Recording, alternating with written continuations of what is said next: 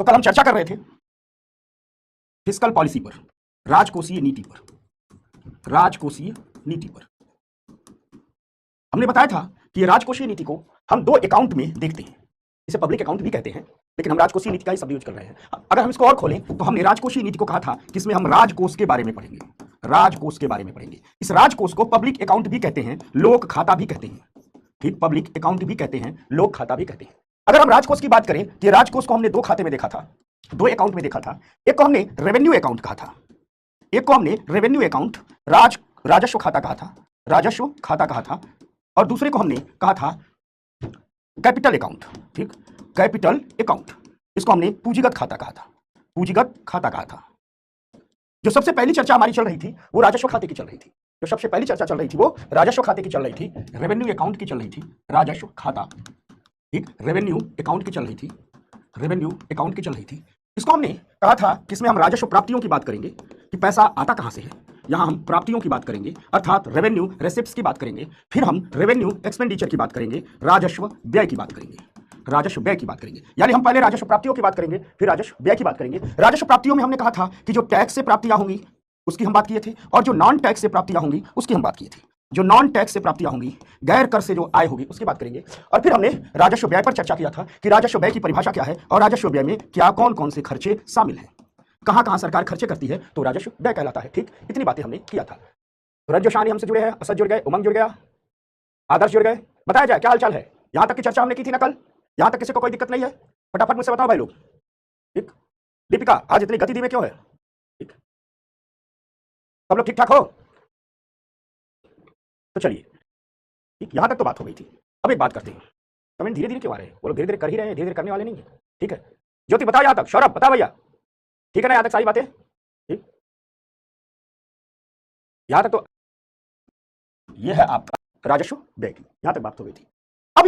अब मान लो ये है आपका राजस्व खाता, ये है आपका राजस्व खाता। ठीक, और इसमें है राजस्व प्राप्तियां, राजस्व प्राप्तियां और राजस्व व्यय। राजस्व प्राप्तियां हैं और राजस्व व्यय है, ये है, यही हमने बात की थी। अब मान लीजिए दो कंडीशन बन सकती है, दो कंडीशन बन सकती है। कंडीशन पहली हो सकती है कि जितनी प्राप्तियां हों राजस्व व्यय उससे अधिक हो, अधिक हो। जितनी भी राजस्व से पैसा आ रहा है खर्चा उससे अधिक हो, खर्चा उससे अधिक हो। तो कौन सी कंडीशन बनेगी? मान लीजिए राजस्व प्राप्तियां एग्जांपल है 100 रुपए की हो और राजस्व व्यय मान लीजिए 120 रुपए का हो, तो हम कहेंगे राजस्व खाता घाटे में जा रहा है। ठीक, राजस्व खाता घाटे में जा रहा है। हम कहेंगे कि नहीं कहेंगे? जितना राजस्व खाते में पैसा आ रहा है यदि उससे अधिक खर्च हो रहा है, व्यय अधिक हो रहा है, तो हम क्या कहेंगे? हम कहेंगे कि ये राजस्व घाटे की स्थिति है, राजस्व घाटा है। कहेंगे कि नहीं कहेंगे? राजस्व घाटा है।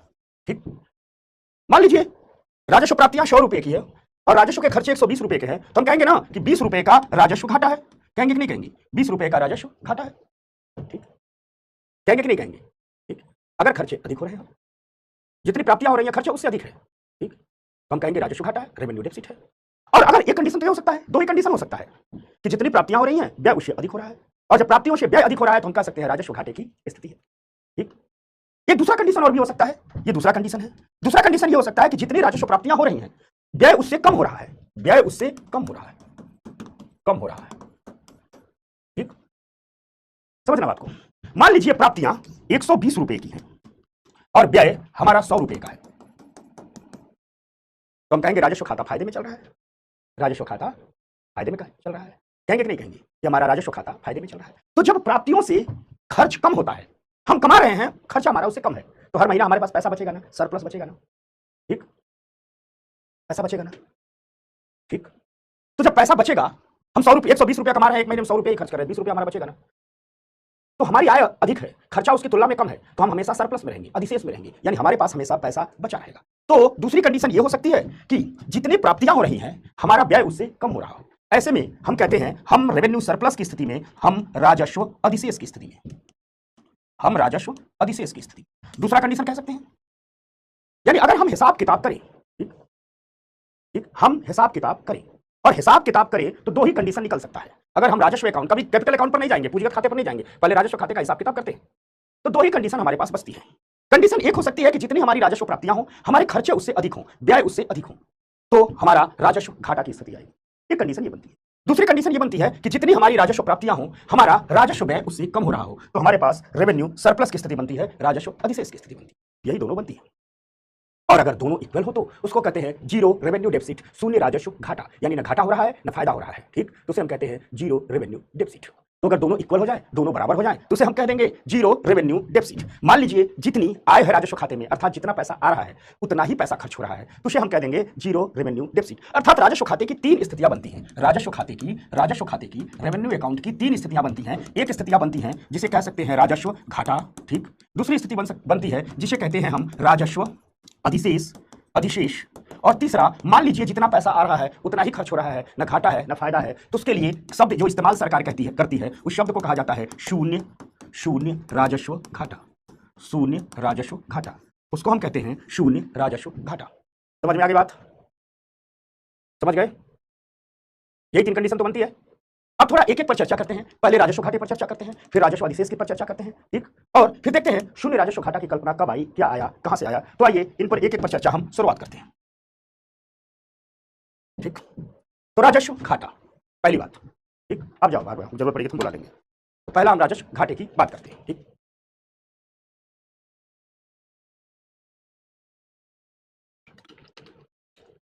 अरे बात समझ में मन लग रहा है ना पढ़ने में? लग रहा है, असर दिख रहा है, तुम सब वर्तमान में ही हो।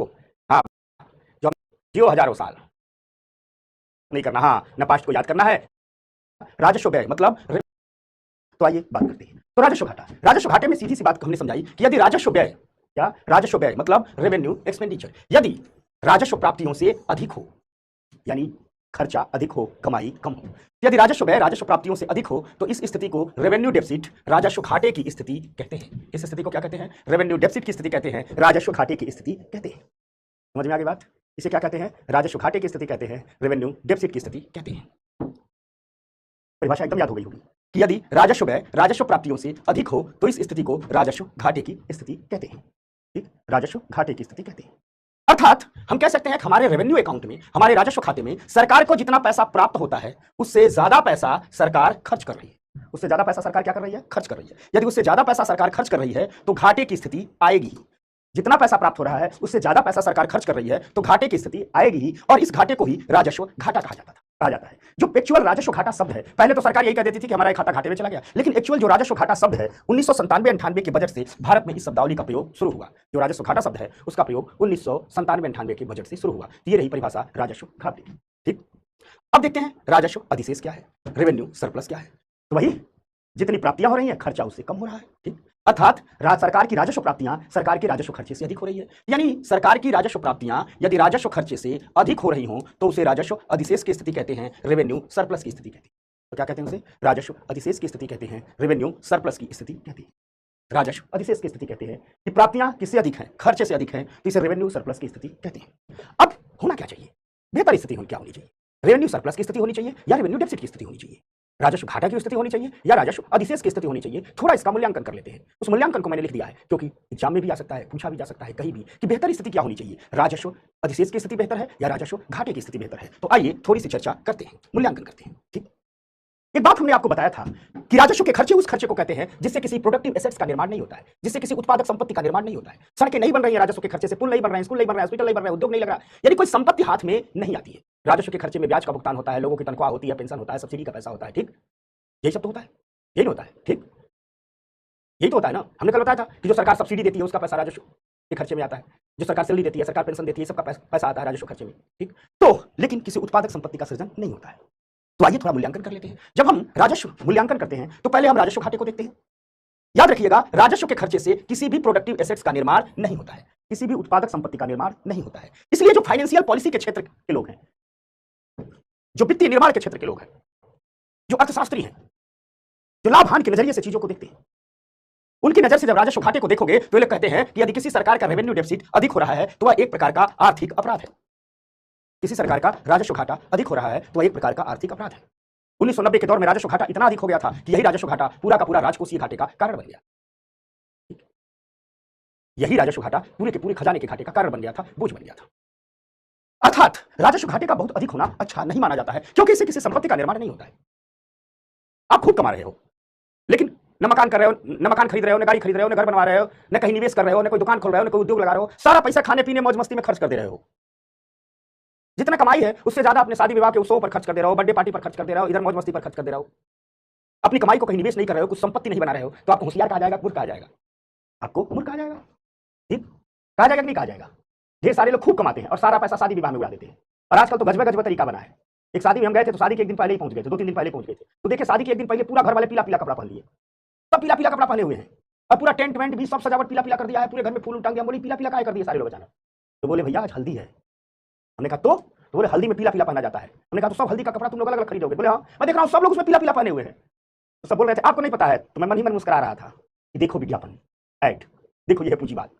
याद है पूंजीवाद में हमने क्या पढ़ाया था कि पूंजीवाद विज्ञापनों से समाज की सोच को बदलता है। पूंजीवाद विज्ञापनों से समाज की सोच को बदलता है। अब विज्ञापनों में दिखा दिया गया, टीवी सीरियल में दिखा गया कि शादी के एक दिन पहले जो दूल्हे को हल्दी लगाई जाती है, दुल्हन को हल्दी लगाई जाती है। हम लोग तो यही देखे हैं कि दूल्हे दुल्हन को हल्दी लगा दी जाती है। लेकिन टीवी सीरियल में क्या दिखा दिया गया कि दूल्हे दुल्हन को ऐसे हल्दी नहीं लगाना, पहले पूरे परिवार को पीला पीला कपड़ा पहनाना है, पीला पीला सजावट करना है, सब कुछ पीला कर देना है, यानी हल्दी में 20-4 लाख का खर्चा करना है। समझ में आ गई बात? में समझ गए? ये पूंजीवाद है। वो कहेगा कि जब लोग ऐसा करेंगे तभी तो बिक्री शुरू होगी। और मजा तो तब आया, मैंने देखा एक हल्दी हुई, उसके बाद सब हरा हरा पहन लिए। हमने कहा हरा हरा क्यों भैया? एक हम ही थे जो एक ही कलर का पहनते थे। बोले मेहंदी है। हमने कहा ये सही है। तो मैं तो लोगों को पूंजीवाद के चश्मे से देख रहा था। हमने कहा चलो भाई पूंजीवाद ने अपना काम कर दिया, मजा आ गया, यही है विज्ञापन। तो ढेर सारे लोग जिंदगी भर कमाते हैं और सारा पैसा इसी में खर्च कर देते हैं।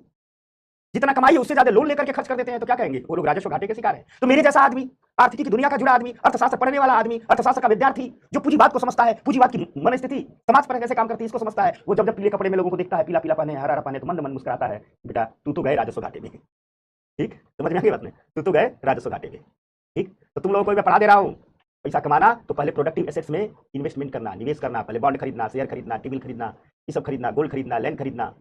ठीक पैसे से पैसा बनाना, फिर खर्चे करना। खर्चा करना बुरा नहीं है। आपने मान लीजिए 1 लाख महीना अगर कमा रहे हैं, साल का 12 लाख रुपए महीने आप कमा रहे हैं, तो पहले उस 12 लाख में 6 लाख बचाइए, 4-5 साल बचा करके 25-30 लाख बचाइए, फिर उसको कहीं निवेश कीजिए, फिर उससे प्रॉफिट कमाइए, तो खूब खर्चा कीजिए। इसलिए मैं कहता हूं इकोनॉमी ध्यान से पढ़ो, ये पूरे जीवन से जुड़ी हुई चीजें हैं। ये सिर्फ परीक्षा तक नहीं ठहरती है, ये सिर्फ परीक्षा तक नहीं सिमटती है, अस्पताल से लेके शमशान तक इकोनॉमी की जरूरत होती है। समझ में आ गई बात? ठीक ठीक राइल करा सर ऐसे में तो शादी की उम्र निकल जाएगी। कोई जरूरी है पीला पीला पहन के तू शादी कर? ऐसा कर लेना, हो गया कि नहीं हो गया? ठीक हो गया? चल तो आजा भैया। अच्छा राहिल की जल्दी शादी है, चल भाई शादी कर, हमको भी बुलाना राहिल। तो पता चला मैं गया और राहिल भी को पीला पीला पहना है, पहले दूल्हा ही पिट गया मुझसे। भाई दूल्हा हुआ क्या हुआ? मेरा तो विद्यार्थी है, मेरा तो कान पकड़ने का हक है। मैं कहूंगा आ दूल्हा थोड़ा किनारे ले चल के तुझे थोड़ा देता हूँ। ठीक क्या करे विंदेश्वरी जी, बताया जाए? ठीक जो ही करे हमारी तो हो गई, चल तू बच गई खर्चे से। तो आजा इधर। यानी बात कुल मिला जुला करके ठीक ये निकली है, बात कुल मिला जुला करके ये निकली कि राजस्व के खर्चे से किसी प्रोडक्टिव एसेट्स का निर्माण नहीं होता है, किसी उत्पादक संपत्ति का निर्माण नहीं होता है। जब किसी प्रोडक्टिव एसेट्स का निर्माण नहीं होता है, जब किसी उत्पादक संपत्ति का निर्माण नहीं होता है, तो फाइनेंशियल पॉलिसी के क्षेत्र के लोग इसे आर्थिक अपराध कहते हैं। एक बात तो हो गया।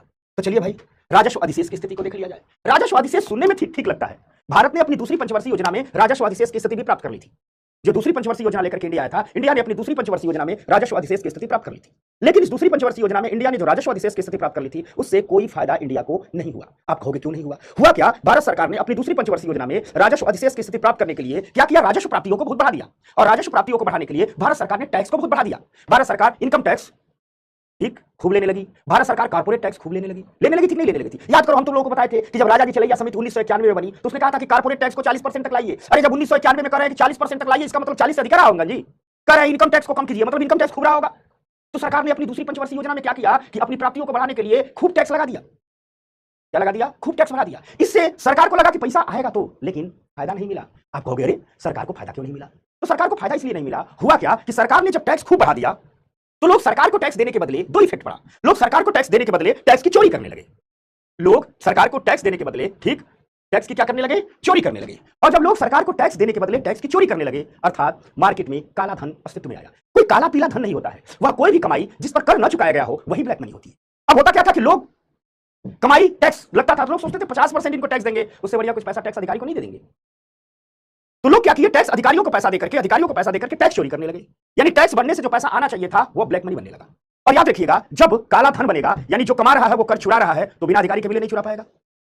ठीक तो वो अधिकारी को कुछ घूस देगा, यानी भ्रष्टाचार आएगा। अब ये अधिकारी भी अपने से नहीं चोरी कर पाएगा, तो नेताजी को पैसा देगा, राजनेताओं को पैसा देगा और करप्शन आगे बढ़ेगा। यानी अब व्यापारी, अधिकारी और राजनेता, इनके बीच एक संबंध बनेगा और समाज, राजनीति, अर्थव्यवस्था, इन तीनों में काला धन आएगा, चोरी आएगी, भ्रष्टाचार आएगा। अब देखो ये व्यापारी है, ठीक, इसका टैक्स बचा लिया है, तो धीरे से टेबल के नीचे से हमने सिंबल बनाया है, घूस टेबल के ऊपर से नहीं दिया जाता है, घूस कहां से दिया जाता है, टेबल के नीचे से दे दिया जाता है। अब ये पैसा दे रहा अधिकारी को कर चोरी का, अधिकारी कह रहा ठीक हमको दीजिए, लेकिन अधिकारी अकेले नहीं खाएगा, अधिकारी को नेताजी डांटेंगे, तुम क्या करता है, ये तुरंत पैसा इनके मुंह में डाल देगा, जब ये मुंह खोलेंगे इनके मुंह में नोट की गड्डी डाल देगा, ठीक, ये भी खुश हो जाएंगे।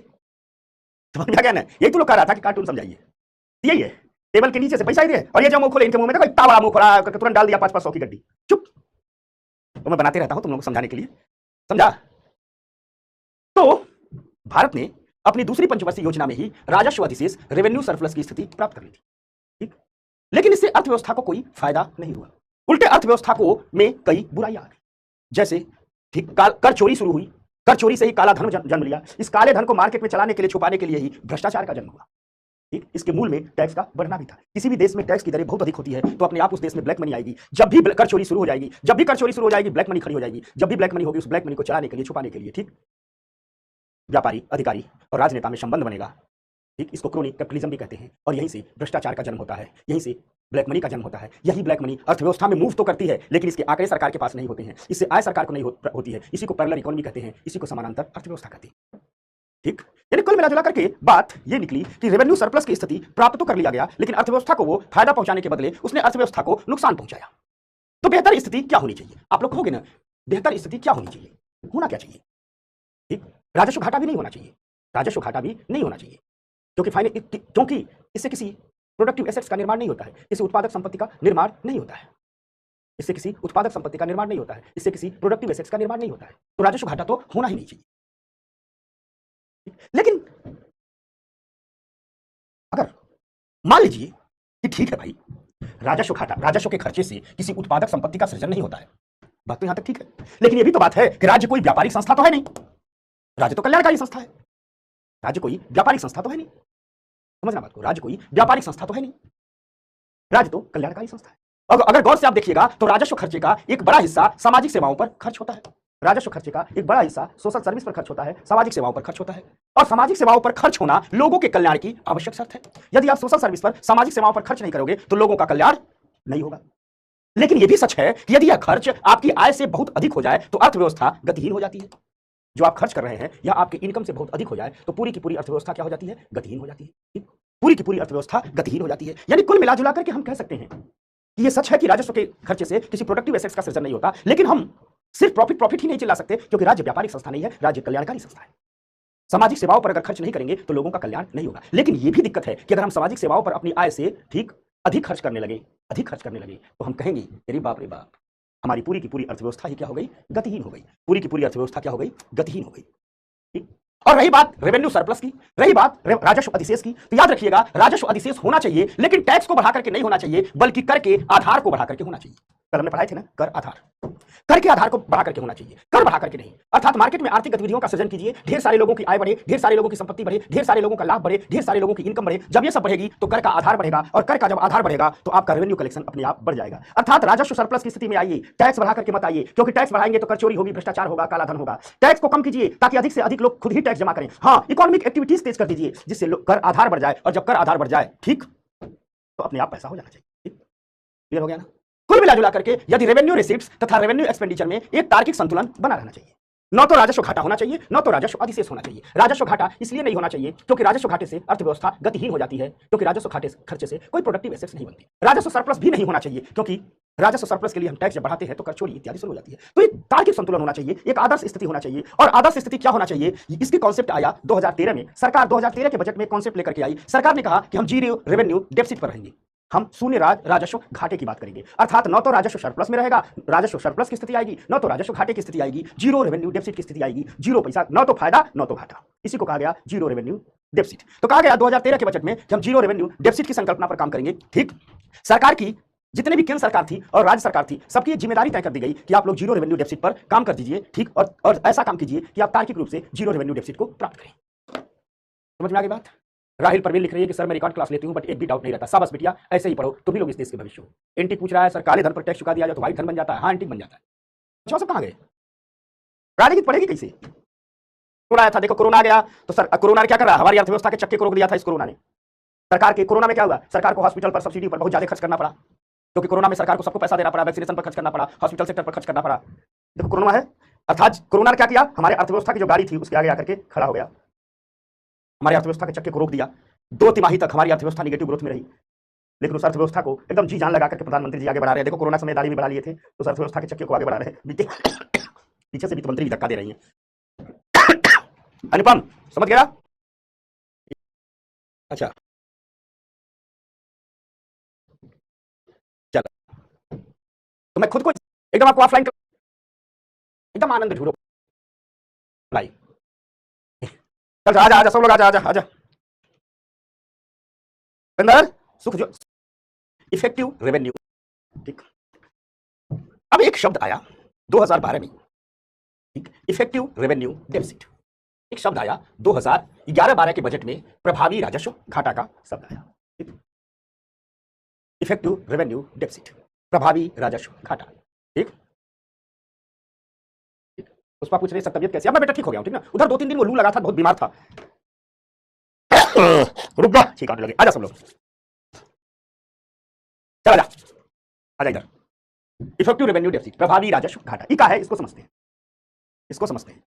यूनियन बजट 2011-12 में, इसी चैप्टर के अंदर बजट भी पढ़ना है, लेकिन बजट 15 दिन बाद आ रहा है, नया वाला बजट पढ़ाऊंगा, जो बजट आएगा आपको तुरंत पढ़ा दूंगा। ठीक, इसी चैप्टर में बजट भी पढ़ना है, तो अब नौ का बजट आने वाला है तो नया वाला पढ़ाएंगे, तब तक अपनी क्लास चलती रहेगी। ठीक, नहीं चलती तो भी आकर के पढ़ाते, ठीक ना, तो नया वाला पढ़ेंगे, पुराना बजट नहीं पढ़ेंगे। ठीक, समझ में आ गई बात? आ जाइए। ज्योति बिटिया बीमार है, आराम कर, बाद में पढ़ लियो। हम कहाँ जा रहे हैं? बुखार है, सो जा।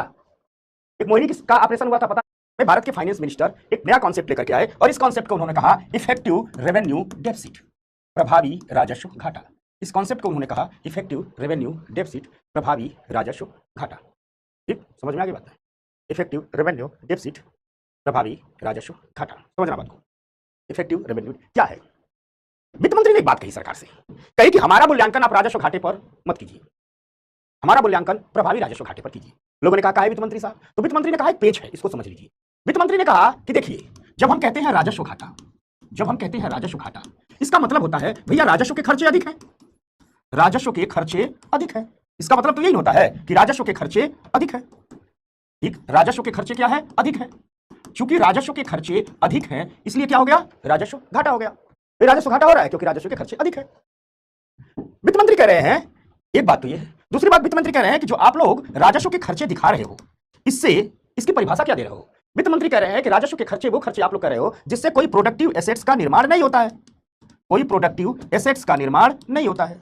वित्त मंत्री कह रहे हैं कोई किसी प्रोडक्टिव एसेट्स का निर्माण नहीं होता है। जब कोई प्रोडक्टिव एसेट्स का निर्माण नहीं होता है, वही खर्चा राजस्व खर्चा है, और ये अधिक हो जाता है तो राजस्व घाटा हो जाता है। वित्त मंत्री इतने ये तर्क रखा, लोगों ने कहा बात तो सही है। वित्त मंत्री ने कहा यहां तक बात में कोई बात नहीं है, यहां तक की बात में कोई बात नहीं है, मेन बात अब शुरू होगी। वित्त मंत्री ने कहा कि जो हमारे राजस्व के खर्चे हैं, वित्त मंत्री ने कहा कि जो हमारे राजस्व के खर्चे हैं, जो राजस्व व्यय है, इसमें आप लोग कह रहे हो कि कोई एसेट्स नहीं बनता है, तो ये राजस्व व्यय है।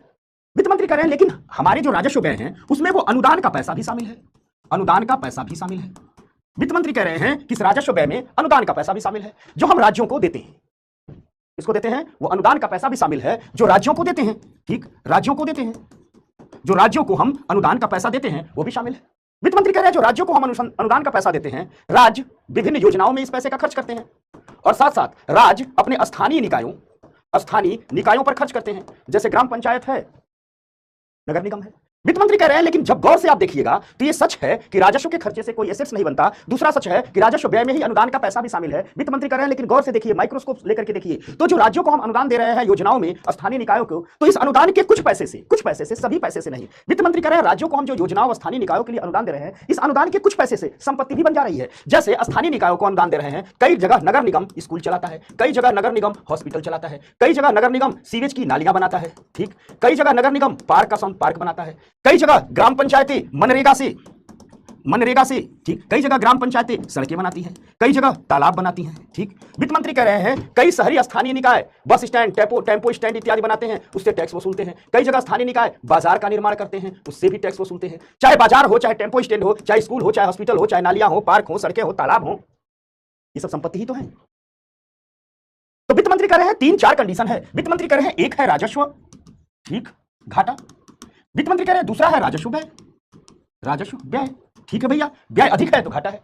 तीसरी बात वित्त मंत्री कह रहे हैं इसी राजस्व व्यय में राज्यों को दिया गया अनुदान का पैसा है, अनुदान का पैसा, ठीक। वित्त मंत्री कह रहे हैं इस अनुदान के पैसे में से कुछ पैसे से संपत्ति बन रही है, कुछ पैसे से संपत्ति बन रही है, संपत्ति बन रही है, कुछ से नहीं बन रही है, कुछ से नहीं बन रही है,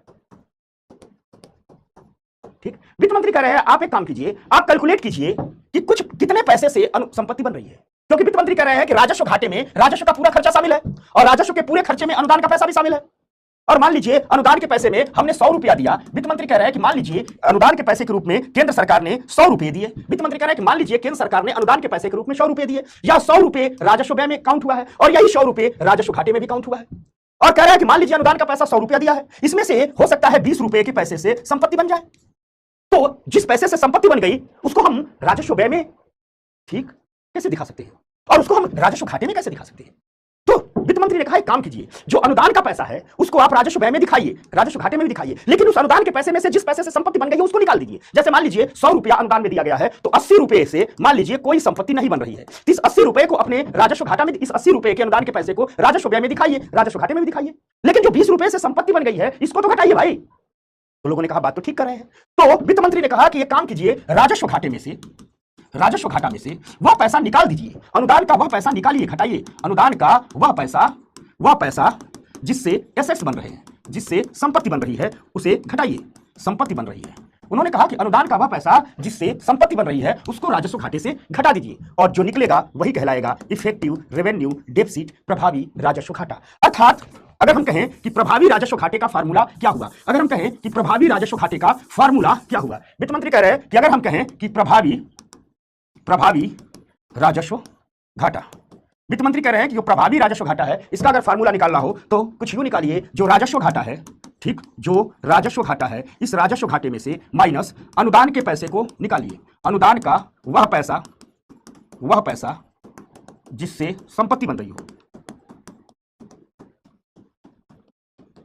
अनुदान का वह पैसा जिससे संपत्ति बन रही हो, तब निकलेगा, ठीक, प्रभावी राजस्व घाटा। जैसे मान लीजिए कह रहे हैं कि अगर आप राजस्व घाटा किसी बजट में 100 रुपए का दिखा रहे हैं, ठीक, और अनुदान के वह पैसे मान लीजिए 20 रुपए से संपत्ति बनी है, मान लीजिए अनुदान का 20 रुपया जिससे संपत्ति बनी है, तो 100 रुपए में से 20 रुपए को घटाइए तो प्रभावी राजस्व घाटा कितना आ जाएगा, 80 रुपए आ जाएगा। वित्त मंत्री कह रहे हैं कि यह एक्चुअल राजस्व घाटा है, वित्त मंत्री कह रहे हैं ठीक, यह एक्चुअल राजस्व घाटा है। वित्त मंत्री कह रहे हैं एक्चुअल राजस्व घाटा अगर आपको निकालना होगा, एक्चुअल में कितना घाटा होगा, तो एक्चुअल राजस्व घाटा हमेशा प्रभावी राजस्व घाटा होगा, इफेक्टिव रेवेन्यू डेफिसिट होगा। ये इफेक्टिव रेवेन्यू डेफिसिट बताता है कि सच में कितना राजस्व घाटा हुआ है, ठीक। अब आइए इसी को हम आपको स्क्रीन पर दिखाते हैं, ठीक। तो संघीय बजट 2011-12 में, ठीक, इफेक्टिव रेवेन्यू डेफिसिट का कॉन्सेप्ट आया, प्रभावी राजस्व घाटा का कॉन्सेप्ट आया, ठीक। और इस प्रभावी राजस्व घाटे में अब इसको लिख बोर्ड पर आपके समझा दे रहे हैं। हम कह रहे हैं कि ध्यातव्य है कि केंद्र सरकार के राजस्व घाटे में वे व्यय भी शामिल हैं जिसे वह राज्यों को अनुदान के रूप में देती है। केंद्र सरकार के राजस्व घाटे में वे व्यय भी शामिल हैं जो राज्यों को अनुदान के रूप में देती है। जैसे स्थानीय निकायों को दिया गया पैसा, ग्राम पंचायतों नगर निगम को दिया गया पैसा, यह पैसा स्थानीय निकाय स्थानीय स्तर की विकास परियोजनाओं पर खर्च करते हैं। कहीं टेम्पो स्टैंड बनाते हैं, बस स्टैंड बनाते हैं, नगर सड़क बनाते हैं, सड़क तक बनाते हैं, नगर निगम सड़कें बनाता है, स्कूल बनाते हैं, सब बनाते हैं। तो कह रहे हैं वित्त मंत्री कि ये सब जो स्थानीय स्तर पर विकास पर खर्चे हैं यह अनुदान के रूप में दिया गया पैसा है, ठीक। और केंद्र सरकार इसे अपने अनुदान के पैसे में गिनती है। फिर अगली बात जो कह रहे हैं वो कह रहे हैं कि राज्यों को स्वास्थ्य, शिक्षा, कृषि, ग्रामीण विकास के लिए भी केंद्र सरकार काफी अनुदान के रूप में पैसा देती है और इन सभी अनुदान के पैसे को वह अपने राजस्व खर्चे में दिखाती है, ठीक। इसके अलावा केंद्र सरकार विभिन्न योजनाओं को भी अनुदान के रूप में पैसा देती है राज्यों को, जैसे वो प्रधानमंत्री ग्राम सड़क योजना, त्वरित सिंचाई लाभ कार्यक्रम इत्यादि, जिससे नहरें वहरें बनाई जाती है, ये सब अनुदान के रूप में देती है और साथ साथ केंद्र सरकार इसे अपने राजस्व व्यय में दिखाती है। उन्होंने कहा कि मूल कॉन्सेप्ट को समझिए, राजस्व व्यय में कहा जाता है कि उससे उत्पादक संपत्ति नहीं बननी चाहिए, लेकिन हम गौर करें तो जो अनुदान का पैसा जा रहा है उससे कई प्रकार की विकासशील संपत्तियों का निर्माण हो रहा है। जैसे स्कूल बन रहे हैं, अस्पताल की इमारतें बन रही हैं, सड़क बन रही है, नहरें इत्यादि सिंचाई इंफ्रास्ट्रक्चर, इरिगेशन इंफ्रास्ट्रक्चर बन रहे हैं। इसलिए वित्त मंत्री ने यह तर्क रखा, सरकार ने यह तर्क रखा कि चूंकि इससे विकासशील संपत्तियों का निर्माण हो रहा है इसलिए इसे रेवेन्यू डेफिसिट में शामिल नहीं करना चाहिए। इस प्रकार सरकार ने यह तर्क दिया कि वास्तविक रेवेन्यू डेफिसिट, वास्तविक रेवेन्यू घाटा तो तब निकलेगा, प्रभावी राजस्व घाटा, एक्चुअल राजस्व घाटा जो एक्चुअल में हुआ है वो तब निकलेगा जब राजस्व घाटे से अनुदान के उस पैसे को निकाल दिया जाएगा जिससे संपत्तियों का निर्माण हो रहा हो। सरकार ने कहा असली तो तभी आएगा जब अनुदान के पैसे से सरकार ने कहा असली तो तब आएगा जब अनुदान के पैसे से उन संपत्तियों को निकाल दिया, उन पैसे को निकाल दिया जाए जिससे संपत्ति का निर्माण हो रहा है, और इसी को कहा गया effective revenue deficit. Effective revenue deficit अर्थात राजस्व घाटा में से जो संपत्तियों के निर्माण के लिए दिया गया अनुदान है, यानी जिस पैसे से संपत्तियों का निर्माण हो रहा है, उसको घटा देंगे तो प्रभावी राजस्व घाटा निकल जाएगा। बस इतनी बात, दो तरीके से हमने इसको समझा दिया। हर चीजें दो तरीके से समझाते हैं, इसको भी समझा दिया। ठीक, बताओ एकदम समझ में आ गया? बताओ, ठीक, बताया जाए। विद्यासागर, इफेक्टिव रेवेन्यू डेफिसिट, प्रभावी राजस्व घाटा, समझ गए? धर्मा बताओ, अंकित, विद्यासागर, कुलसुम, एकदम हो गया? सबको एकदम याद हो गया ना? चलो, अन्नू कर रही है, मेरे को तो याद भी हो गया। अच्छा, बहुत बहुत बढ़िया।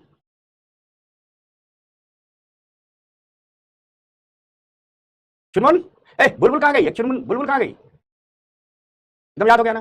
अच्छा, लोग कहते हैं कि ये सब बड़ा कठिन चीजें हैं। ठीक, मैं तो भाई जिंदगी भर इकोनॉमी पढ़ा हूं, तो मुझे तो कठिन नहीं लगता है। ठीक, लोग कहते हैं कि प्रभावी राजस्व घाटा, हमसे लोग बाहर पूछते रहते हैं, इकोनॉमी कई शिक्षक लोग पूछते रहते हैं, हमारे विद्यार्थी प्रभावी राजस्व घाटा समझ नहीं पाते हैं, आप वाला समझते हैं? ठीक, उन्होंने कहा मेरा वाला तो सब समझते हैं। तो बोलते हैं कैसे? हमने कहा मेरा विद्यार्थी सब 5 स्टार विद्यार्थी है। अच्छा, सब चीजें सच में कठिन है? करा सौरभ, बुलबुल उड़ गई, मारी बुलबुल तो मारी, पकड़ के मारी। ठीक ना? बता जय विजय, बता, तू तो राक्षस, 2 राक्षसों का रूप है, बता कठिन है? ठीक, ठीक,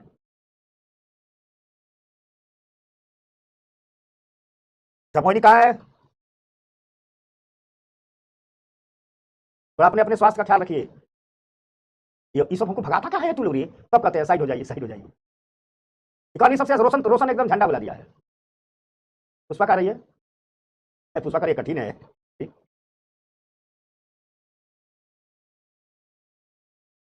अच्छा, हरमीत क्या कर रही है भाई? हरमीत बताओ तो, बता हरमीत। विशाल वहीं से चाय भेज रहा। हाँ हाँ, तू डिजिटल चाय पिला दे, तू डिजिटल हमको पार्टी दे दे, तू डिजिटल हमको गिफ्ट दे दे, सब डिजिटल दे, सामने आके कुछ मत देना। चुनमुन सरकार आज बुलबुल बैठी है। चल, हो गया ना? याद हो गया? चल भाई, तो अब क्या चाहिए जब याद हो गया? अरे कौन बॉय है भाई?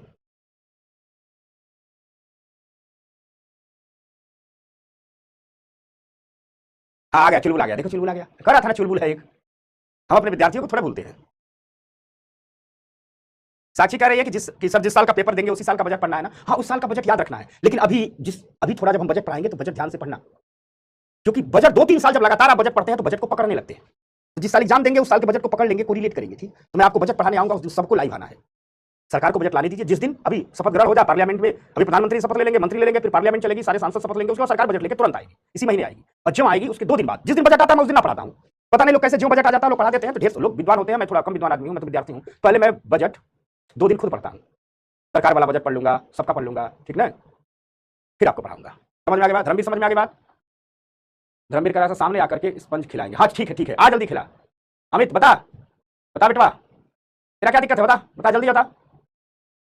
विशाल करा पहले गवर्नमेंट तो आने दो, जिसका भी आए, अरे किसी का आए बजट तो लेके आएंगे रे। कौन आएगा, कौन पीएम बनेगा, मुझे तो क्लियर हो जाएगा, 2 दिन में शपथ ग्रहण हो जाने दे। ठीक, तो आ जाइएगा। ठीक, चलिए बजट पढ़ेंगे हम लोग सारे लोग। तो ये हो गया इफेक्टिव रेवेन्यू डेफिसिट। तो अब आइए चलते हैं पूंजीगत खाते की ओर। ये कहानी रही राजस्व खाते की, अब चलते हैं पूंजीगत खाते की। ठीक, तो आजा इधर बात करते हैं। याद कीजिए हमने भाई, शुरू चलते हैं भाई, जैसे भागवत। ठीक, शुरू में चलते हैं। राजकोष बताए थे, राजकोष बताए थे, और 2 खाते की बात हुई थी, राजस्व खाता, ठीक, और दूसरा पूंजीगत खाता बताए थे ना, एकदम शुरू में पूंजीगत खाता। राजस्व खाते में क्या क्या बताए थे? 2 बताए थे।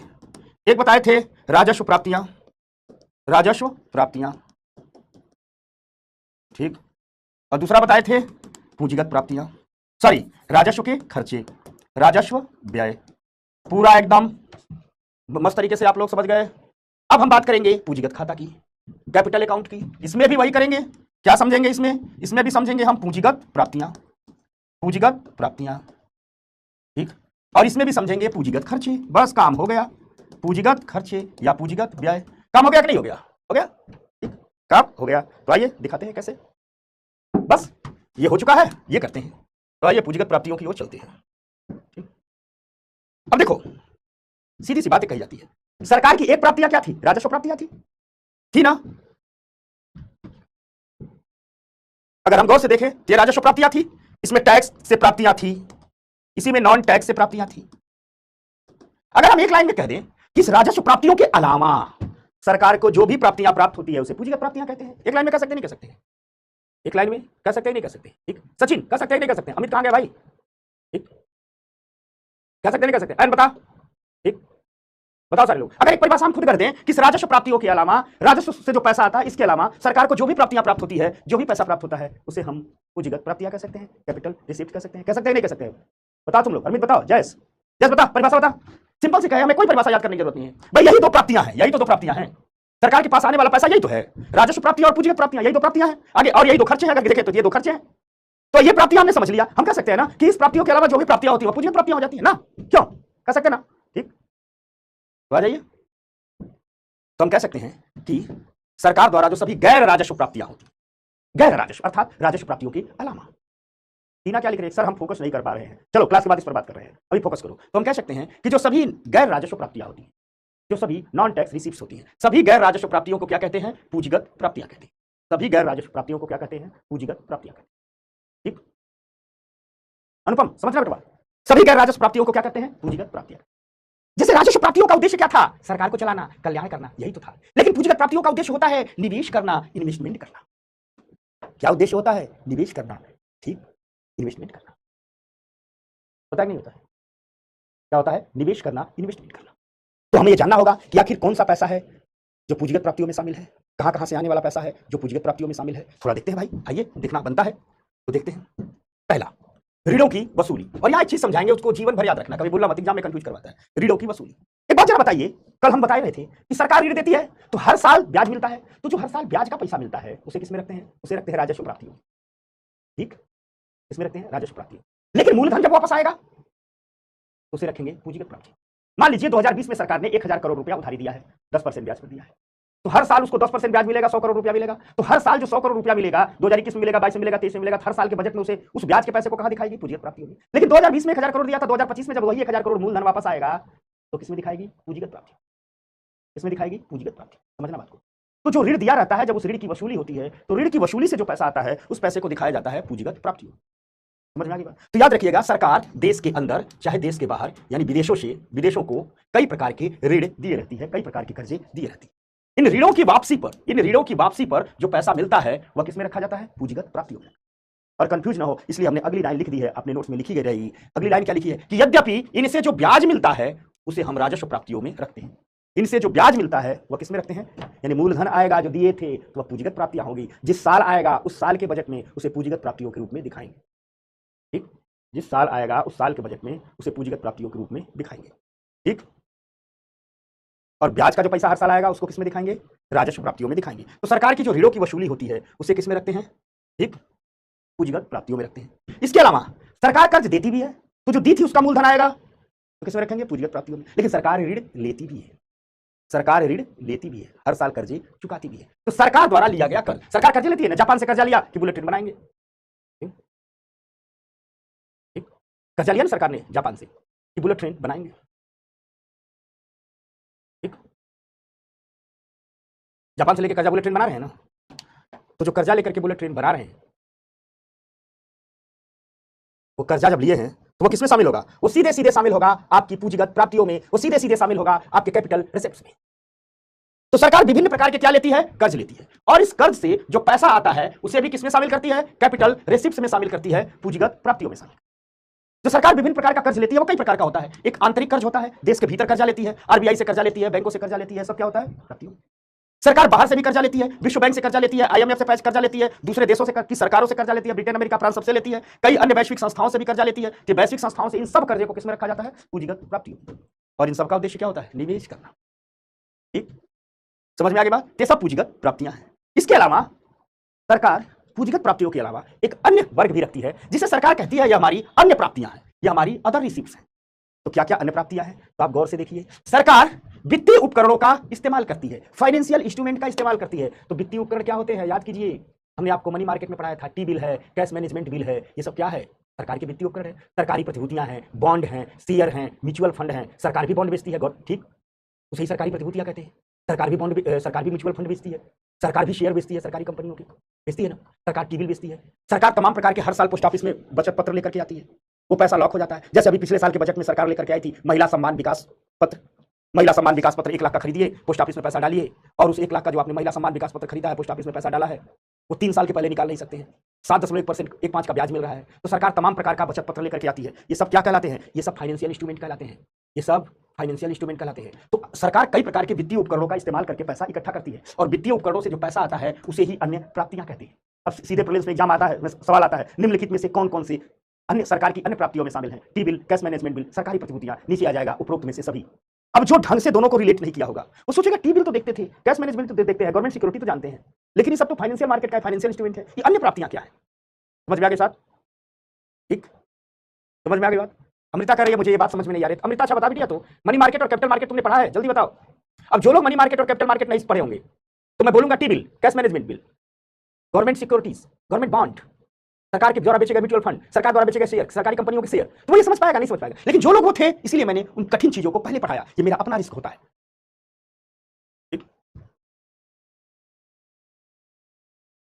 याद आ रहा है ना?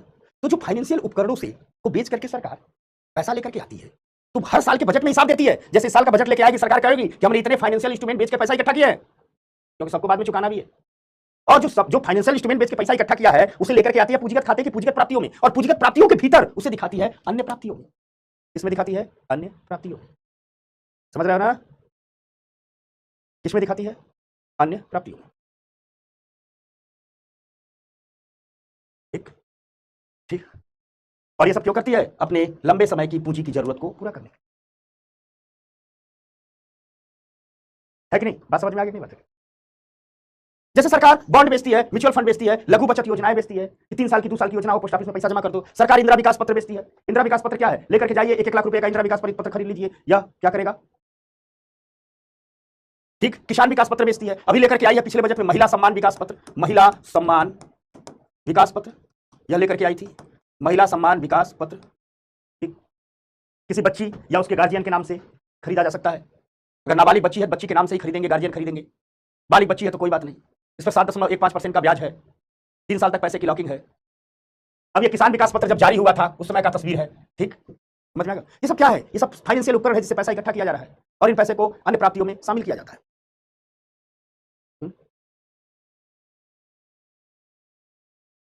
समझ में आ गई बात? तो जो अन्य प्राप्तियों का पैसा होता है उन सबको सरकार कहां दिखाती है? पूंजीगत प्राप्तियों में। ठीक, तो ये बात रही पूंजीगत प्राप्तियां की। पूंजीगत प्राप्तियां समझ में आ गया? ठीक, पूंजीगत प्राप्तियां समझ में आ गया? तो हर साल सरकार, हर साल के बजट में, मान लीजिए इसी साल का बजट है, सरकार ने पहले से जरूरी दिया होगा, जो मूलधन इस साल वापस आएगा उसको सरकारी साल किसमें दिखा देगी? पूंजीगत प्राप्तियों में। इसी साल सरकार ने जो कर्जा लिया, चाहे वर्ल्ड बैंक से लिया हो, चाहे IMF से लिया हो, चाहे एशियन डेवलपमेंट बैंक से लिया हो, चाहे जापान से लिया हो, फ्रांस से लिया हो, अमेरिका से लिया हो, उसको किसमें दिखा देगी? पूंजीगत प्राप्तियों में। इस पूरे के पूरे साल सरकार ने जो फाइनेंशियल इंस्ट्रूमेंट बेच के पैसा इकट्ठा किया है सबको बजट में दिखाएगी। ठीक, ये हमारी पूंजीगत प्राप्तियों के भीतर अन्य प्राप्तियां। एकदम पूंजीगत प्राप्तियां क्लियर हो गई? अयान, आर्यन बता। हुमा को मैं पहली बार देख रहा हूं। हुमा डेली आया करो बिटिया। ठीक, कह रहे हैं किसान विकास पत्र कैसे खरीदते? पोस्ट ऑफिस से जाओ, किसान विकास पत्र खरीद लो, बस एक प्रमाण पत्र मिल जाएगा, आपका किसान विकास पत्र है। ठीक ना? राधे राधे, राधे राधे। ठीक, अच्छा हुमा का डेली आती है लेकिन मैं ही नहीं देख पाता हूं, मेरी गलती। एकदम समझ में आ गया, चाय पी लूंगा मैं। अच्छा, किसान विकास पत्र से क्या फायदा है? आप खरीद लिए, मान लीजिए 1 लाख खरीद लिए, और 3 साल बाद आप बजाने जाइए तो आपको सीधे ब्याज का पैसा मिल जाएगा। उस ब्याज के पैसे पर सरकार टैक्स बहुत कम लेती है, नहीं लेती है। सरकार को यह फायदा है कि उसकी लॉकिंग पीरियड होती है, उतने दिन के लिए वही पैसा उठा के सरकार कहीं लगा देती है, किसी के विकास में, किसान कल्याण इत्यादि में लगा देती है। समझ में आ गई बात? सब लड़ने लगे हैं मुझसे। ठीक, सोनल करे हम भी आते हैं, आप देखते नहीं। चलो ठीक है। अच्छा, अनुप्रीत क्या कर रहा है? सर पोल यूज किया कीजिए। अरे सर पोल वोल बच्चा का होता है, तू लोग बड़ी पढ़ाई कर रहा है, बच्चों वाली पढ़ाई थोड़ा कर रहा है। हिंदुस्तान के सबसे बड़े एग्जाम की पढ़ाई हो रही है। मोहम्मद साहिल, समझ गए ना? दुर्गा को महिला सम्मान विकास पत्र खरीदना, जा पोस्ट ऑफिस से खरीद लो, बैंक से भी मिल जाएगा। ठीक, अच्छा मैं सबका जवाब नहीं देता हूं तो बाकी लोग लड़ रहे हैं। अरे इसे लड़ो मत, स्क्रीन पर देखता हूं, तुम में से हर व्यक्ति मेरा हिस्सा है, जिसको मैं जवाब देता हूं वो भी, जिसको नहीं देता हूं वो भी, जिसका। ठीक, पूछ रहा है सर पुरुष सम्मान पत्र कब आएगा? ना आएगा। ठीक, उड़ा रही है, इसलिए मैं बीच बीच में आप लोगों से बतिया पढ़ा रहा हूं। ये चीज गौर करो जरा आप लोग। कि सरकार को जिन जिन क्षेत्रों से पैसा मिलता है उन पूंजीगत प्राप्तियां होती है, पुनः उनको चुकाना भी तो है। जैसे गौर से देखो, इधर आ जा, एक चीज बताते हैं, ठीक, समझना, पूंजीगत व्यय। अब पूंजीगत व्यय समझते हैं, पूंजीगत, ये कलर दिख रहा है ना, अभी देखना, और ये है पूंजीगत आय। एक जुगाड़ से इसे समझाते हैं हम लोग, पूंजीगत आय, पूंजीगत प्राप्तियां, प्राप्तियां आय एक ही है। अब थोड़ा गौर से समझना, पूंजीगत प्राप्तियां कब है? कर्ज वापस आ रहा है, कर्ज वापस आ रहा है तो क्या है? पूंजीगत प्राप्तियां है। जो कर्ज दिया था वो वापस आ रहा है, पूंजीगत प्राप्तियां है ना? कर्ज लिया, पूंजीगत प्राप्तियां है, कर्ज लिया, ये भी पूंजीगत प्राप्तियां है। ठीक, वित्तीय उपकरण बेचे, ठीक, वित्तीय उपकरण बेचे, ठीक, वित्तीय उपकरण बेचे, आपने वित्तीय उपकरण को बेचा, है कि नहीं है? इससे प्राप्तियां हैं, यही सब तो प्राप्तियां हैं, यही सब तो प्राप्तियां हैं।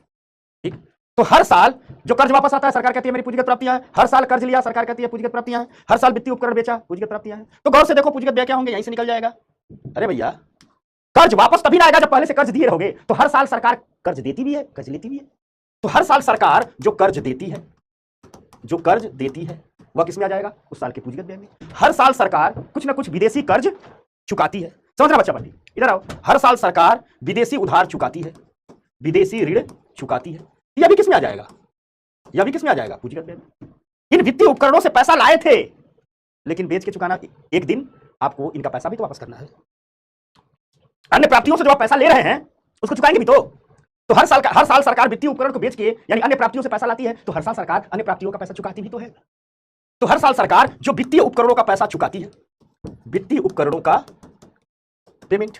अरे मान लीजिए 5 साल पहले कोई बॉन्ड बेचा था, तो जिस समय बेचा था वो पूंजीगत प्राप्तियां नहीं होंगी। अब इस साल मैच्योर होगा, इस साल चुकाएंगे तो पूंजीगत खर्चे होंगे, है कि नहीं? और इसके अलावा सरकार तमाम प्रकार का इन्वेस्टमेंट करती है, सरकार तमाम प्रकार का इन्वेस्टमेंट करती है। ये सारे के सारे क्या हो जाएंगे? ठीक ठीक, पढ़ तू लोग हंसाता क्यों? मुझे चाय अटक गई मेरी। एक शादी विवाह की चर्चा चल रही है, यहां मैं पूंजीगत प्राप्तियां, पूंजीगत व्यय पर निकाल, सब अपना शादी विवाह कर रहा है, उसमें एक दूसरे को डरा रहा है, बीवी मारती है इसलिए शादी नहीं करना। देख ऐसा क्या है? अब थोड़ी बहुत मार तो खा लिया जाता है, विवाह के बाद सब लोग खाते हैं, ठीक है, उसमें कोई टेंशन नहीं। आखिरी में आ गए तो भाई, अरे तुम लोगों का गुरु हूं, कुछ तो इज्जत कर, सब लिख रहे हैं गोली मार। अब इसी को समझ लेते हैं, देखो सब लोग। तो पूंजीगत व्यय, पूंजीगत व्यय में वे सभी क्षेत्र जिन्हें सरकार से पूंजी प्राप्त होती है पूंजीगत व्यय कहलाते हैं। देंगे तभी तो प्राप्त होगा भैया। इसमें शामिल है सरकार द्वारा वितरित ऋण, सरकार प्रत्येक वर्ष अनेक प्रकार के ऋण देती है। ये ऋण आंतरिक भी होते हैं, ये ऋण बाह्य भी होते हैं। ठीक, तो ऋण दे रही है तो क्या हो गया? ठीक, पूंजीगत व्यय, ठीक ना? पूंजीगत व्यय। अब आंतरिक ऋण में देख लो, राज्यों को ऋण देती है, केंद्र शासित प्रदेशों को ऋण देती है, जो पब्लिक सेक्टर इंटरप्राइजेज है, जो सरकारी कंपनियां, उनको भी ऋण देती है, तमाम प्रकार विश्व बैंक को भी ऋण देती है, तमाम सरकारों को भी ऋण देती है। ठीक ठीक, समझ में आ गई बात? ये सब क्या है? पूंजीगत व्यय है। उसी प्रकार सरकार पूर्व में जो ऋण ली होती है, ये तो ऋण दे रही है, सरकार जो पहले कर्ज ली होती है उसकी चुकाती भी तो है। तो सरकार जो आंतरिक और बाह्य ऋण ली होती है, जिस वर्ष इनका पेमेंट होता है, मान लीजिए 2020 में कोई ऋण ली थी और 2030 में पेमेंट होगा, तो जिस साल जब 2030 में पेमेंट होगा तो 2030 के बजट में उसे पूंजीगत व्यय में दिखाया जाएगा। 2030 के बजट में उसे पूंजीगत व्यय में दिखाया जाएगा। समझ में आ गई बात? 2030 के बजट में उसे किसमें दिखाया जाएगा? पूंजीगत व्यय में दिखाया जाएगा। और जब कर्ज चुकाएगी, मूलधन पूरा वापस करेगी तो पूंजीगत व्यय में गिना जाएगा। लेकिन हर महीना जो ब्याज दे रही है वो किसमें आएगा? बताओ सब लोग, जो हर महीना ब्याज दे रही है वो किसमें आएगा? यानी सरकार ने कर्जा लिया, ठीक, एंटिक, बता, केवल बदमाशी करता है, सबको लड़ाता रहता है, बता रोहितास, बता।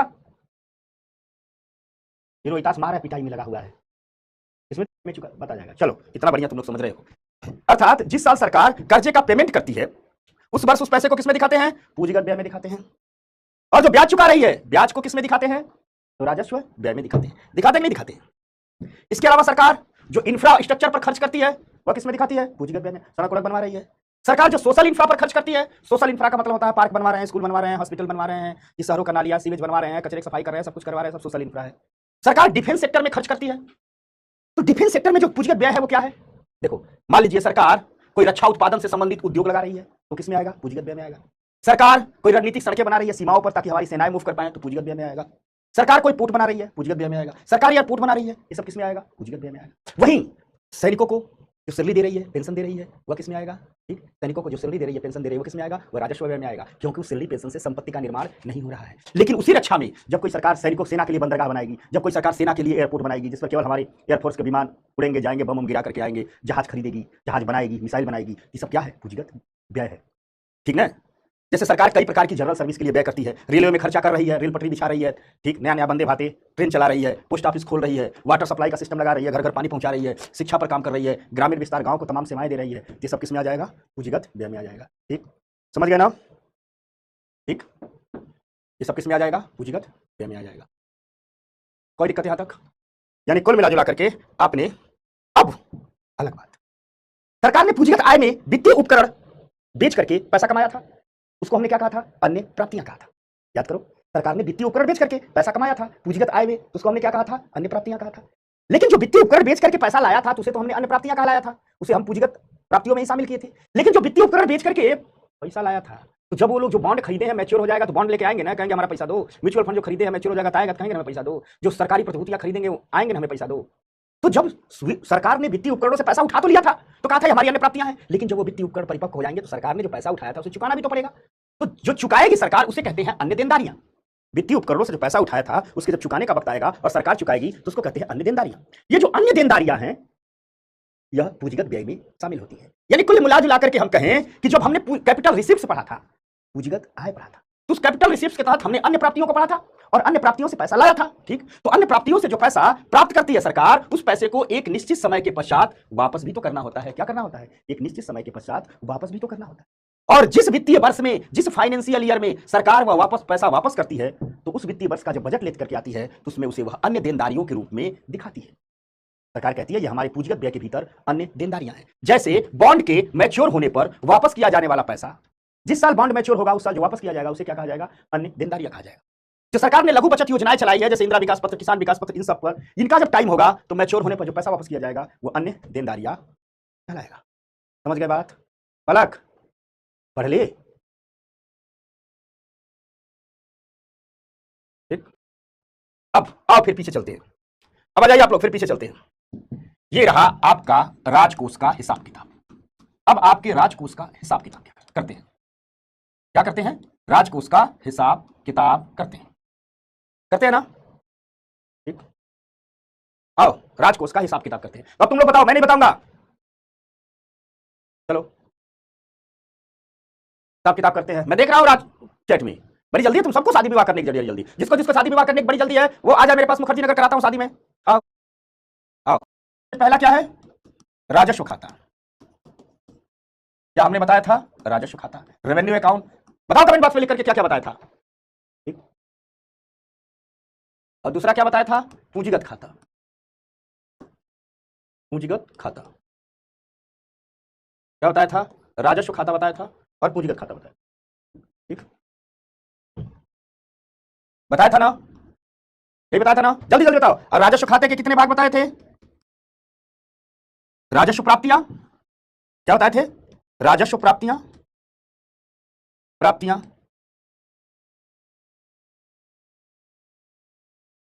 और पूंजीगत प्राप्तियां क्या बताए थे? पूंजीगत सॉरी राजस्व प्राप्तियां और क्या बताए थे? राजस्व व्यय। यही तो बताए थे। ठीक, इसके बाद आ जाओ पूंजीगत खाता में क्या क्या बताए थे। देखे सब क्या क्या बता रहे हैं। ठीक ठीक ठीक ठीक ठीक ठीक, जो गलती करे किया आज पिटा, आज छोड़ूंगा नहीं अगर जो गलती किया। क्या? चलो ठीक, आ जा। अब पूंजीगत खाता में पूंजीगत प्राप्तियां, पूंजीगत प्राप्तियां, ठीक, और पूंजीगत व्यय, यही तो था।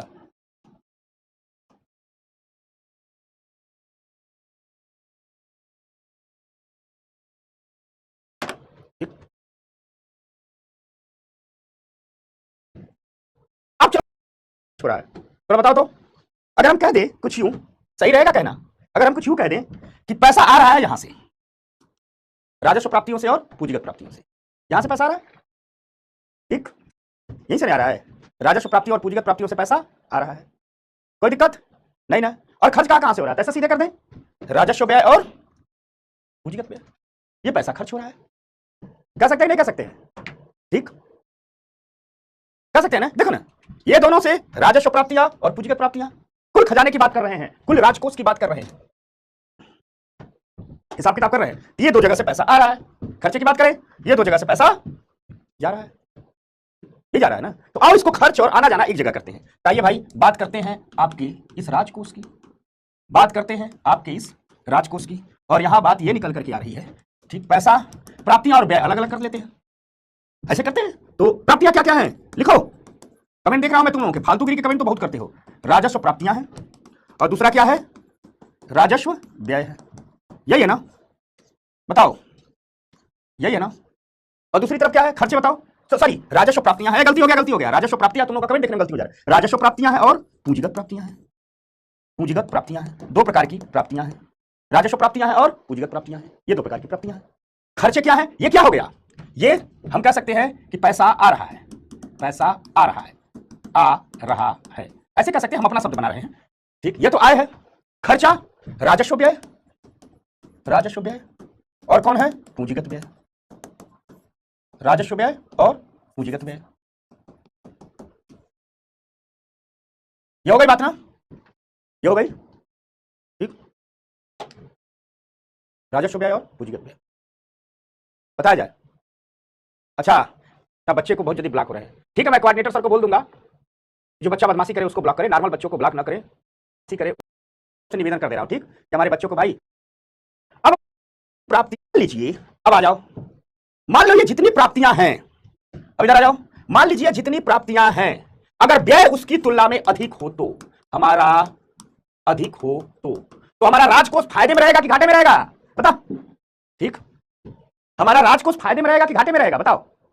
सोनल कह रहे सर मैं ब्लॉक हूं क्या, ना ना तू तो दिख रही मुझे, बता, सारे लोग बताओ, बताओ जल्दी जल्दी बताओ, जल्दी जल्दी बताओ, राजकोष फायदे में रहेगा घाटे में रहेगा, जितनी प्राप्तियां हैं उससे ज्यादा खर्चा हो रहा है, बता, अब मैं नहीं पढ़ाऊंगा, तू लोग पढ़ा, मुझे, घाटे में रहेगा।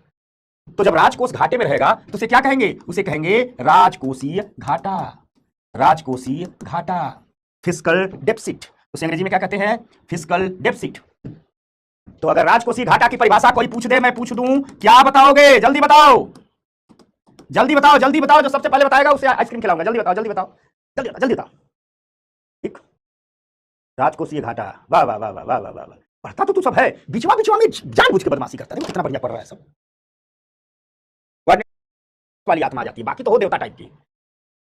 तो क्या कहलाएगा, राजकोषीय घाटा, राजकोष घाटे में गया।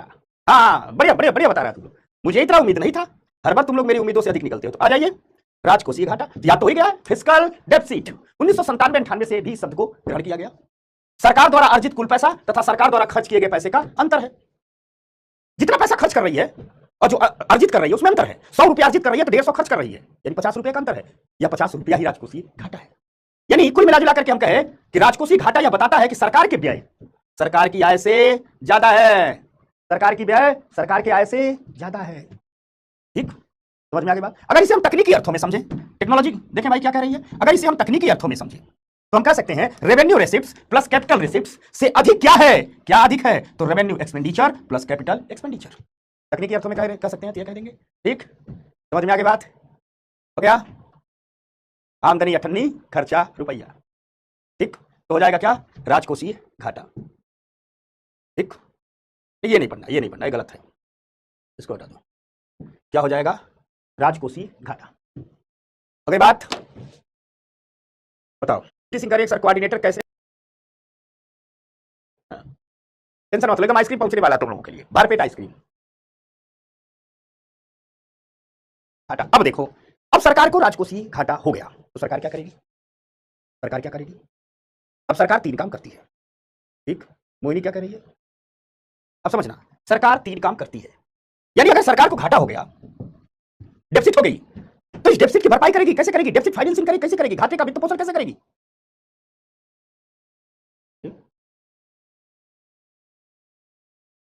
समझ गए। तो सरकार घाटे का वित्त पोषण कैसे करेगी, अपन जो घाटा हो गया, घाटा हो गया, इस घाटा की भरपाई कैसे करेगी, इस घाटा की भरपाई 3-4 तरीके से करती है। देखो, एक, अब पूरे घाटे की भरपाई किसी एक तरीके से नहीं करती है, टुकड़े टुकड़े करती है। थोड़ा सा घाटा हो गया तो थोड़ा विदेशों से कर्ज लेगी, विदेशों से कर्ज लेगी, थोड़ा सा पैसा, ठीक, थोड़ा पैसा देश के भीतर के संस्थानों से लेगी, थोड़ा थोड़ा भीतर के संस्थानों से लेगी। कैसे? ठीक, प्रतिभूतियां छापेगी, कहेगी हमारी प्रतिभूतियां खरीदिए, प्रतिभूतियां इत्यादि सब कर्जे में ही होती है, आरबीआई से कहेगी प्रतिभूतियां हमारी बिकवा दीजिए। और कुछ पैसा आरबीआई से कहेगी हमको करेंसी प्रिंट करके दो, करेंसी प्रिंट करके दो, नोट छाप करके दो, अर्थात करेंसी प्रिंटिंग करवाएगी। क्या करवाएगी? करेंसी प्रिंटिंग करवाएगी। यही 2-3 काम करती है। अब एक चीज बताता हूं, देखो घाटा हो गया, घाटा हो गया तो विदेशों से ही उतना ही लेती है जितना चुका पाए। और जब सरकार की वित्तीय स्थिति, जब घाटा बड़ा होता है, विदेशी भी उधार नहीं देते, थोड़ा बहुत देश के भीतर से ले लेती है, बहुत थोड़ा सा लेती है, ज्यादा नहीं लेती, और कुछ करेंसी प्रिंट करवाती है। ठीक, समझ में आ गई बात? सौरभ समझ गया? लेकिन इसमें एक पेच है, समझाता हूं क्या है। याद रखना, ये जो सरकार है, ये जो गवर्नमेंट है, ये हमारी गवर्नमेंट है, इस गवर्नमेंट को हो गया घाटा। जब भी घाटा होगा या अपने देश के भीतर बड़े पैमाने पर उधार नहीं लेती है, बड़े पैमाने पर उधार नहीं। आप कहोगे बड़े पैमाने पर अपने देश के भीतर से उधार क्यों नहीं लेती है? इसलिए नहीं लेती है कि मान लीजिए, समझना बात को, मान लीजिए जो अपने देश का मार्केट है, जो अपने देश का मार्केट है, सपोज दैट उदाहरण बता रहे हैं, ये बैंक है, ये अपने देश की मार्केट है। ठीक, अगर बैंक से बड़ी उधारी सरकार ले ले, बड़ी उधारी सरकार ले ले, बड़ी उधारी गवर्नमेंट ले ले, समझना इस बात को। तो जब बड़ी उधारी गवर्नमेंट ले लेती है तो बैंक के पास पैसा कम, पैसा कम, और जब पैसा कम रहा होगा तो ब्याज दरें बैंक तुरंत अपनी बढ़ा देते हैं, इंटरेस्ट रेट बढ़ा देंगे।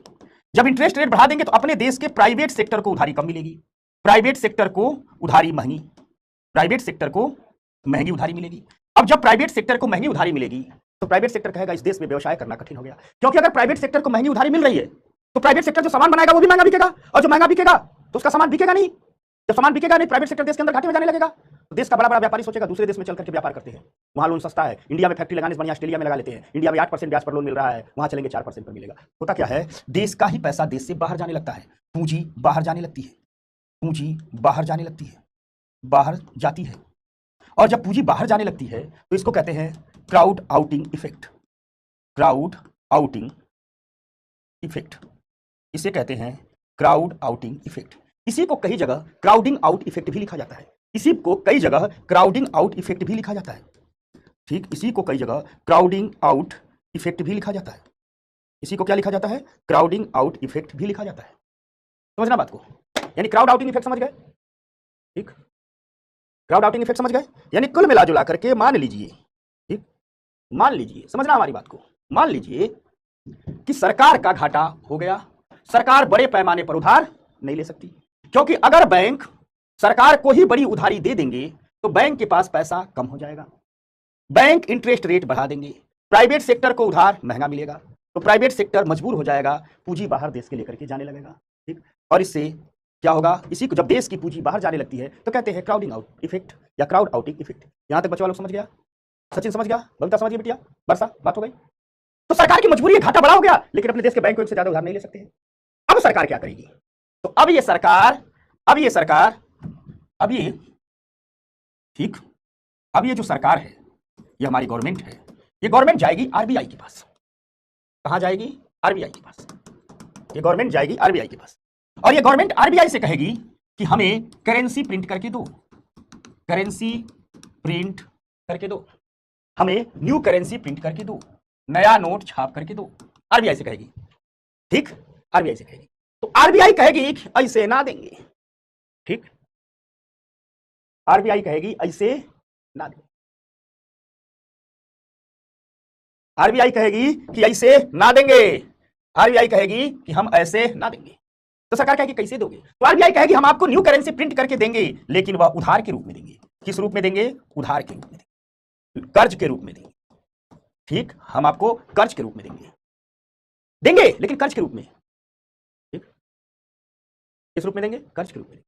और फिर आरबीआई कहेगी कि हमारे पास गवर्नमेंट सिक्योरिटीज को गिरवी रखो।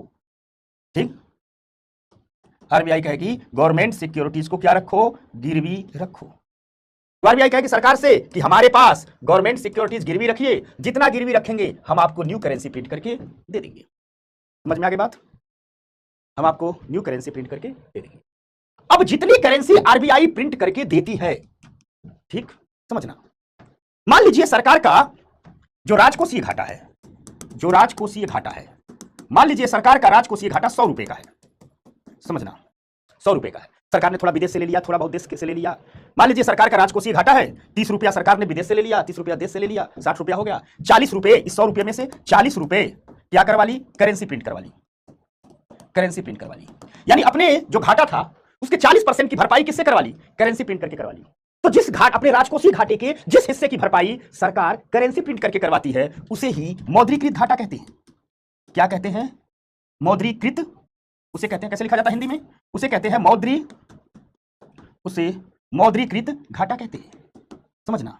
यानी सरकार अपने राजकोषीय घाटे के जितने % हिस्से की भरपाई नोट करेंसी प्रिंट करके करवाती है उसमें ही हिस्से को मौद्रीकृत घाटा कहते हैं। समझ में आ गई बात।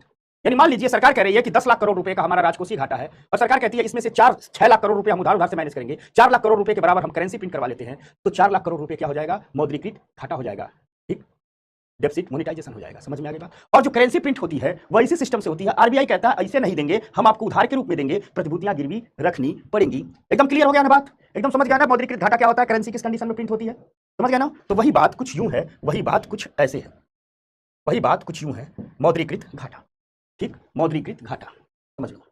अब देखो ये सरकार है, यही तो हमारी सरकार है, आपकी कुर्सी पर यही लगा होगा, मेहनत करो। और ये वो चीज है जो पैसे से नहीं खरीदी जाती है। कोई बहुत बड़ा आदमी हो जाए, वो दुनिया के हीरा पन्ना मोती सोना चांदी का कुर्सी बनवा ले, उसकी उतनी वैल्यू नहीं है।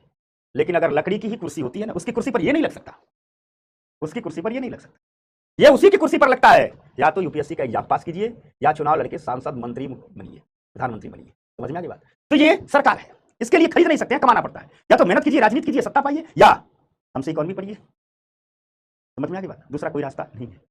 तो मेहनत कीजिए। मैं चाहता हूं कि जिंदगी में कभी ना कभी मैं आपके ऑफिस में आऊं तो आपको उस कुर्सी पर बैठे पाऊं, अपने सभी बच्चे बच्चियों को, सभी बेटे बेटियों को, जिस कुर्सी पर ये निशान लगा रहता है, पीतल का चिपका रहता है, जो कुर्सी का माथा होता है ना वहीं पर पीतल का चिपका रहता है। समझ में आ गई बात, ठीक। तो आ जाइए, सरकार घाटा में जाएगी, ठीक ना, सरकार घाटे में जाएगी।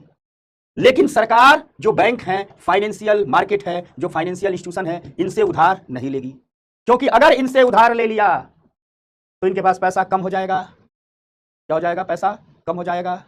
समझ में आ गई बात, समझ रहे हो सारे लोग। और जब पैसा कम हो जाएगा तो मार्केट में उधारी महंगी हो जाएगी, अपने ही देश की पूंजी क्या चली जाएगी, बाहर चली जाएगी। उसे क्या कहते हैं, क्राउड आउटिंग इफेक्ट कहते हैं ना, ठीक, क्या कहते हैं, क्राउड आउटिंग इफेक्ट। तो अब सरकार क्या करेगी, अब सरकार जाएगी आरबीआई के पास, आरबीआई से कहेगी हमें न्यू करेंसी प्रिंट करके दीजिए। और आरबीआई जो न्यू करेंसी प्रिंट करके देगी वह एक प्रकार का क्या रहेगा, कर्ज रहेगा। तो आरबीआई न्यू करेंसी प्रिंट करके देगी, सरकार को देगी, लेकिन कहेगी कि जितना देंगे हम आपको न्यू करेंसी प्रिंट करके दे रहे हैं, ठीक। आरबीआई कहेगी कि हम आपको न्यू करेंसी प्रिंट करके दे रहे हैं, लेकिन यह जो न्यू करेंसी प्रिंट करके दे रहे हैं यह किस रूप में है, उधार के रूप में है। और तभी देंगे जब आप सरकारी प्रतिभूतियां बॉन्ड हमारे पास गिरवी रखेंगे। तो सरकार सरकारी प्रतिभूतियां प्रिंट करेगी, आरबीआई के पास गिरवी रखेगी, आरबीआई करेंसी प्रिंट करके देगी, यह एक कर्ज के रूप में देगी। और याद रखिएगा, जितनी करेंसी प्रिंट करके देगी उतना राजकोषीय घाटा मौद्रीकृत घाटा कहलाएगा, उतना राजकोषीय घाटा मौद्रीकृत घाटा कहलाएगा। इसे ही मौद्रीकृत घाटा या डेब्ट मोनेटाइजेशन कहते हैं, ठीक। समझ में आ गई बात, उसे ही मौद्रीकृत घाटा या डेब्ट मोनेटाइजेशन कहते हैं। तो समझ में आ गया मौद्रीकृत घाटा, बताओ, बताया जाए। मौद्रीकृत घाटा आज यहीं तक रखते हैं।